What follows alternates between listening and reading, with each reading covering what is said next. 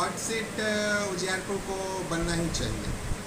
पिछले 15 साल में 2010 से जब भी उजियारपुर विधानसभा बना है तब से लेकर के अगर आप देखिए तो 2010 राजद, 2015 राजद, 2020 राजद, लगातार राजद के विधायक यहाँ जीतते आ रहे हैं।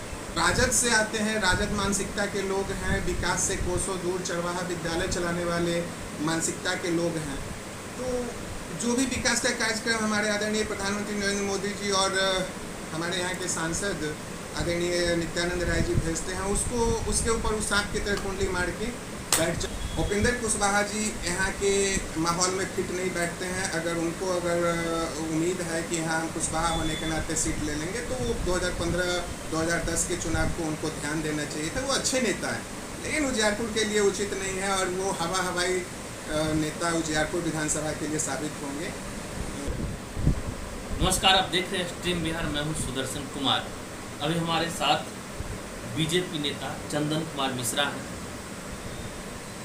और इनका एक अहम योगदान उजियारपुर में बीजेपी कार्यकर्ताओं को इकट्ठा करके जहाँ तहाँ जो सभा होता है उनमें रहता है। उजियारपुर विधानसभा जो सीट है अभी हॉट सीट माना जा रहा है, कारण कि बीजेपी में भी कई ऐसे चेहरे हैं जो जोर शोर से अपने विधायकी पेश कर रहे हैं और एक तरफ पहले से जो विधायक आलोक कुमार मेहता है वो दबदबा में है और उजियारपुर आरजेडी के लिए माना जाता है, आरजेडी क्षेत्र माना जाता है, आरजेडी का वोटरों का दबदबा माना जाता है। इनका क्या कुछ राय है इस हॉट सीट लेकर के जानेंगे। क्या कुछ कहेंगे, उजियारपुर हॉट सीट बनते जा रहा है? देखिए, हॉट सीट उजियारपुर को बनना ही चाहिए। पिछले 15 साल में 2010 से जब भी उजियारपुर विधानसभा बना है तब से लेकर के अगर आप देखिए तो 2010 राजद, 2015 राजद, 2020 राजद, लगातार राजद के विधायक यहाँ जीतते आ रहे हैं। लेकिन अगर आप क्षेत्र में घूम करके देखिएगा तो विकास के नाम पे लोगों को सिर्फ ठगा जा रहा है।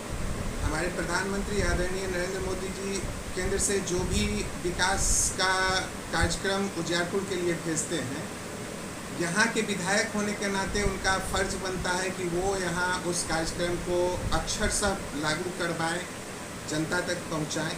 लेकिन वो चूँकि राजद से आते हैं, राजद मानसिकता के लोग हैं, विकास से कोसों दूर चरवाहा विद्यालय चलाने वाले मानसिकता के लोग हैं।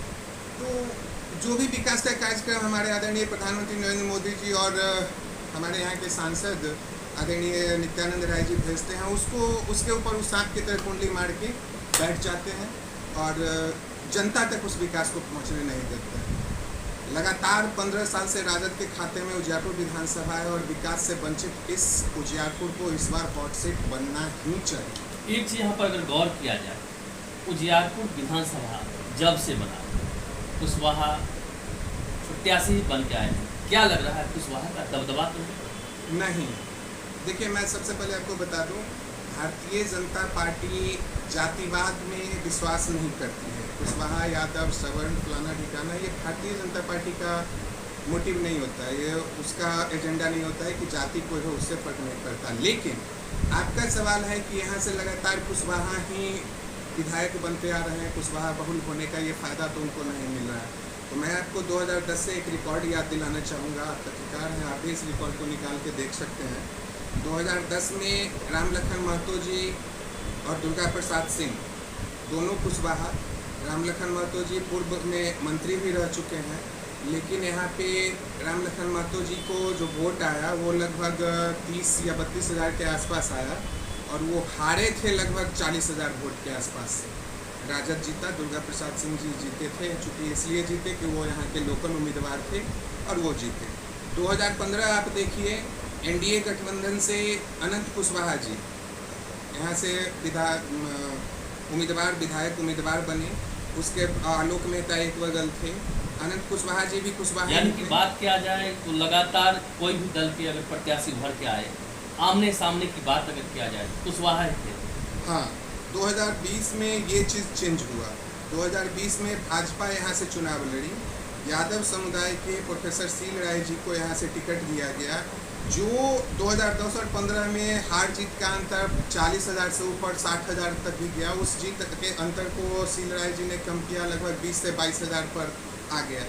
कुछ भाजपा कार्यकर्ताओं के नाराजगी की वजह से वो सीट 2020 में हम लूज कर गए थे, हार गए थे। लेकिन आप उम्मीद रखिए और विश्वास रखिए, इस बार इस सीट को हम हर हाल में जंगल राज के नेतृत्व करने वालों के हाथ से छीनेंगे।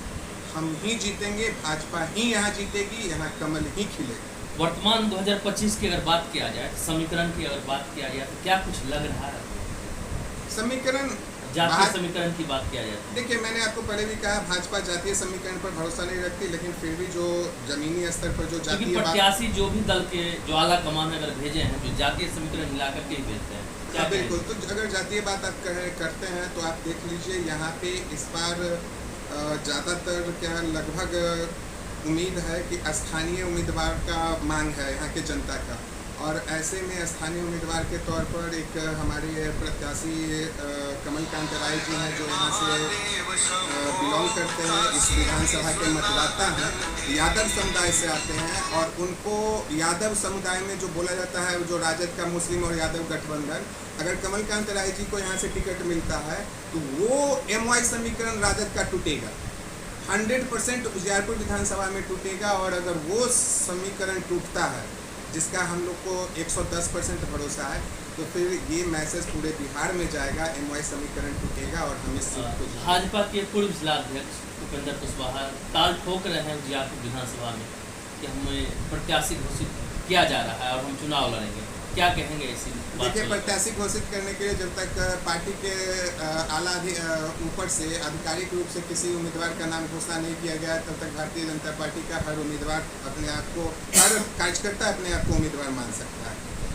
उपेंद्र कुशवाहा जी यहाँ के माहौल में फिट नहीं बैठते हैं। अगर उम्मीद है कि यहाँ हम कुशवाहा होने के नाते सीट ले लेंगे, तो वो 2015-2010 के चुनाव को उनको ध्यान देना चाहिए था। वो अच्छे नेता हैं, लेकिन उजियारपुर के लिए उचित नहीं है, और वो हवाई नेता उजियारपुर विधानसभा के लिए साबित होंगे, वो यहाँ नहीं चलेंगे। क्या लग रहा है, कहीं न कहीं अगर सीट लूज हो रही है, कुशवाहा समीकरण लेकर के? बिल्कुल वही कुशवाहा समीकरण बैठाने के चक्कर में जो है यहाँ से आज तक बीजेपी नहीं जीती है, लेकिन हम आपको भरोसा दिलाते हैं कमलकांत राय जी इस बार फिक्स हैं, यहाँ आएंगे और हम सीट ये जीतेंगे। अंत में उजियारपुर विधानसभा के तमाम मतदाता को क्या कुछ संदेश देना चाहेंगे?